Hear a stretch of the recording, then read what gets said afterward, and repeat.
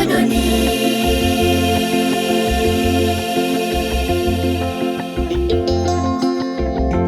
Jehova Muumba wetu kaagiza tumuabudu katika roho na kweli, hachanganywi na sanamu. Mahali anapoketi pamoja na makerubi, sifa na utukufu ni haki ya vazi lake. Jehova Muumba wetu kaagiza tumuabudu katika roho na kweli, hachanganywi na sanamu. Mahali anapoketi pamoja na makerubi, sifa na utukufu ni haki ya vazi lake.